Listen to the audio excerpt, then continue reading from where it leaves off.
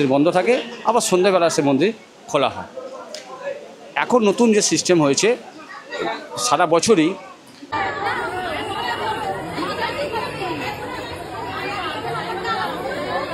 শ্রাবণ মাস। হুগলির তারকেশ্বর মন্দির যাবার আগে জেনে নিন এই মন্দিরের ইতিহাস, ঐতিহ্য, সাথে পুজো দেবার নিয়মকানুন।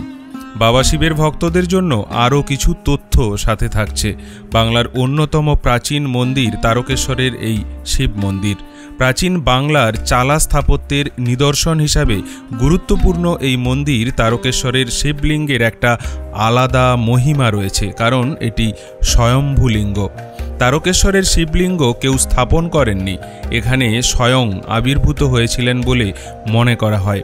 এছাড়া মন্দিরের সামনের পুকুরটিকেও অত্যন্ত পবিত্র মনে করা হয়। এই পুকুরের নাম দুধ পুকুর।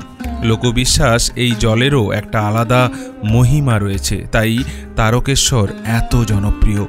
শ্রাবণ মাসের প্রতি সোমবারে প্রচুর মানুষ ভিড় করেন এখানে। শ্রাবণ মাসের প্রতি সোমবারেই এখানে বিশেষ পুজো পাশাপাশি উৎসবের আয়োজন হয়ে থাকে। প্রচলিত বিশ্বাস এটি ভগবান শিবের জন্ম মাস। সোমবার মহাদেবের প্রিয় বার। তবে বর্তমানে এই মন্দিরে এসে পুজো দেবার ক্ষেত্রে কিছু নিয়মের পরিবর্তন হয়েছে। এখানে এসে সহজেই পুজো দিতে এই ভিডিওটি বাবা তারকনাথের ভক্তদের অনেকটাই সহায়ক হবে। আসুন তার আগে জেনে নেই তারকেশ্বর মন্দির ও তার ইতিহাস। এমন কোনো হিন্দুকে খুঁজে পাওয়া দুষ্কর যিনি তারকেশ্বর মন্দিরে পা রাখেননি। পশ্চিমবঙ্গের হুগলি জেলায় অবস্থিত তারকেশ্বর মন্দির হুগলি জেলাকেও করেছে সমৃদ্ধ।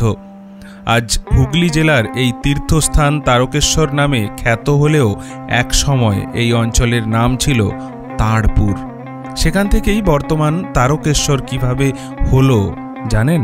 ষোড়শ শতাব্দীর শেষ দিকে হুগলি জেলার রামনগর অঞ্চলে বিষ্ণুদাস নামে এক শিবভক্ত ক্ষত্রিয় রাজা ছিলেন। রাজার এক ভাই ছিলেন, তার নাম ভারমল্ল। বিষ্ণুদাসের এই ভাই ভারমল্ল রোজ বনে যেতেন ফল ও মধু সংগ্রহ করতে, আর সেখানে গিয়ে এক অদ্ভুত দৃশ্য লক্ষ্য করতেন তিনি। দেখতেন একটি বড় কালো রঙের শিলাখণ্ডের ওপর গাভীরা প্রতিদিন এসে দুধ দিয়ে যাচ্ছে। এই অবাক করা ঘটনার কথা একদিন তিনি তার দাদাকে গিয়ে জানান। তার এই কথা শুনে বিষ্ণুদাস বনে আসেন আর এসে দেখেন সেই দৃশ্য এবং তিনিও অবাক হয়ে যান। এরপরেই রাজা বুঝতে পারেন এটা কোনো সাধারণ পাথর নয়। তখন ওই শিলা শিবলিঙ্গ রূপে রামনগরে এনে প্রতিষ্ঠা করতে উদ্যোগী হন রাজা। কিন্তু অনেক মাটি খুঁড়েও পাথরের উৎস খুঁজে পাওয়া যায় না। কথিত আছে এরপর এক রাতে রাজার ভাই ভারমল্ল স্বপ্নে স্বয়ং ভগবান শিবের দেখা পান। ভগবান তাকে জানান তিনি তারকেশ্বর শিব। তিনি ওই বন থেকে গয়া ও কাশী পর্যন্ত ছড়িয়ে আছেন, সুতরাং তাকে তাড়পুরের জঙ্গল থেকে আনা সম্ভব নয়। সেই চেষ্টা ছেড়ে তাকে সেখানেই যেন প্রতিষ্ঠা করা হয়।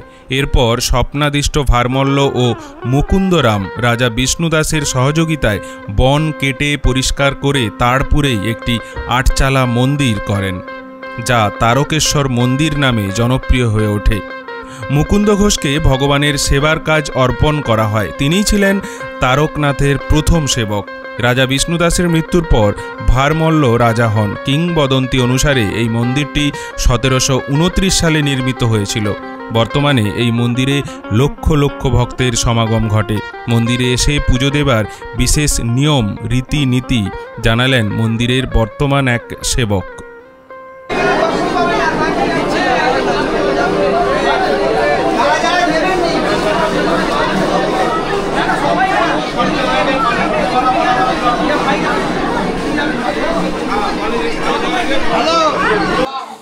হ্যালো, নমস্কার।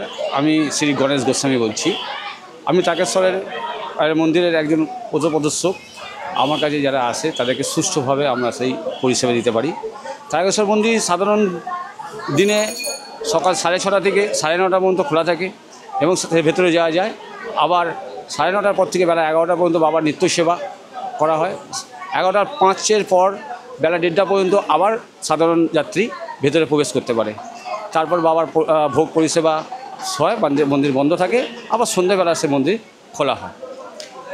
এখন নতুন যে সিস্টেম হয়েছে সারা বছরই রবিবার সোমবার সরকারি ছুটি এবং পূর্ণিমার দিনকে বাবার গর্ভগৃহে প্রবেশ নিষিদ্ধ থাকে। বাইরে থেকে চোং সিস্টেমে জল ঢালা হয়। বাবার এখানে নানা রকম তীর্থযাত্রী আসে, বাবাকে ভক্তিভরে পুজো দেয়, তাদের মনস্কামনা পূর্ণ হয়। আর বাবার পাশেই আছে বাবার দুধ পুকুর।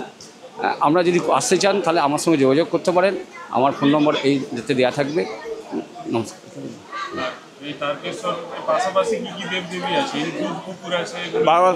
বাবার ভেতরে মন্দিরেতেই আপনার দুধ পুকুর আছে, তার পাশে মা কালী এবং পেছনে নারায়ণ আছে, পাশে মনসা ঠাকুর আছে, একটু আগে আছে হনুমানজির মন্দির এবং পাশে চামুন্ডা মন্দির এবং রাধাকৃষ্ণ মন্দির। আর আমাদের আছে রাজবাড়ির বাবা, যে এখানে আমাদের মহারাজ থাকেন, তিনি রাজবাড়িতে থাকেন। হ্যাঁ, তার সঙ্গে আপনারা দেখা করতে পারেন বেলা 9:30টার পর থেকে, বা উনি আসেন মন্দিরে, উনি বসেন এবং সবাইকে দর্শন দেন।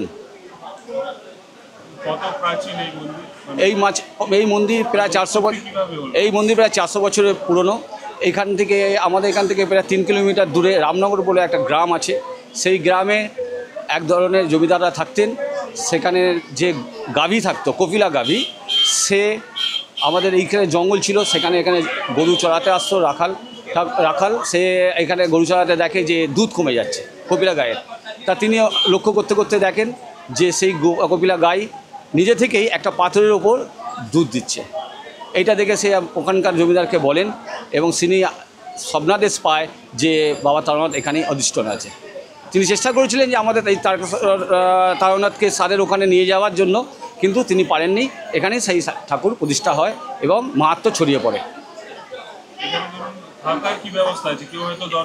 এখানে দর্শনার্থী যে আসে, সাধারণ ঘর বিভিন্ন রকমের আছে, 120 টাকা থেকে শুরু, এবং যেমন ঘর নেবেন সেরকম ব্যবস্থা। অ্যাটাচ নিলে অ্যাটাচ, এসি নিলে এসি, সেরকম ঘর আপনার পাবেন। এখানে সাধারণত 12 ঘন্টা শিফটে দেওয়া হয়, ঘর দেওয়া হয়। সেখানে আপনার 120 টাকা নিত্যযাত্রীরা আসে, পুজো দেয়, চলে যায়, 120 টাকা সাধারণ ঘর। আর আপনি এখানে বাবা রাজবাড়িতে ভোগ খাওয়ার ব্যবস্থা আছে 50 টাকার মাধ্যমে। সেখানে আপনি দুপুরে আহার করতে পারেন। সেটা বেলা 10টা থেকে 10টার মধ্যে আপনাকে রসিদ করতে হবে, আর একটা থেকে খাওয়ানোর ব্যবস্থা করা হয়। গর্ভগৃহে আপনারা যেতে পারবেন আপনি রবিবার সোমবার সরকারি ছুটি এবং পূর্ণিমা বাদ দিয়ে যেদিনকে আসবেন সেদিনকে আপনি গর্ভগৃহে যেতে পারবেন।